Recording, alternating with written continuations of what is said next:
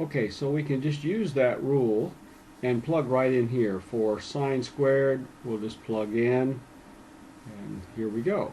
So we get the quantity 1 minus cosine of 2x divided by 2 times, and because this is to the fourth, we're going to have to square it. 1 minus cosine, plus, because that's a cosine, cosine of 2x divided by 2, this quantity squared dx. So we've just used this to substitute for this and had to square it because it's to the fourth, and this is plugged right into sine. So far that's pretty understandable. Now what we're going to have to do, and this is easy, just take some time, we're going to FOIL out this squared term and then multiply through by this term, and we get a bigger polynomial, and that's going to be of the order 1 plus cosine of 2x minus, let's see here, cosine squared 2x minus cosine to the third 2x dx. And out of this, because there was a 2 here and because this is squared, there's a 4 here, I'm just going to factor out, get rid of the 1/8 term, and there we go. Now once that's done, we can think about integrating this and look and say, well, what can we integrate about this?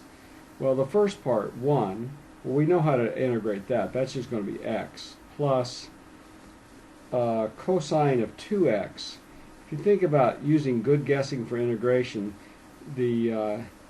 when we integrate this, we're going to get something like sine of 2x, but then we're going to have an extra 2, so we have to multiply it through by 1/2 sine of 2x.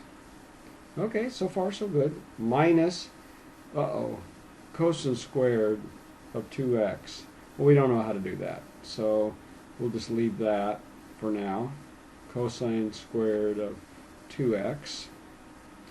And minus cosine cubed. Well, right this second we don't know how to do that yet. We kind of know how to do that. We'll get back to it though. Of 2x dx. So next stage.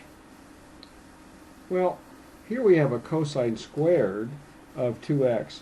We can use the same identity we had up here. Here we have cosine squared of x is equal to this. And this is a, this rule here is really sometimes referred to as the power reduction rule. It goes from a squared cosine term to a non-squared but 2x term. Well, now we've got cosine squared of 2x, and it doesn't take a huge leap of logic to see that what we're going to wind up with is a 4x term. So come down here, let me do this substitution right now. I'm just going to work with this little part right here. We get the integral of 1/2 1 plus cosine 4x for that little part right in there. And when we look at this, we immediately see that we can differentiate this. This is just 1/2, not differentiate, obviously integrate, plus 1/4 sine of 4x, like that. So that part's done. Now we have to worry about this part. And wait a second, this is an odd power, so we're going to go back to using our odd power rule.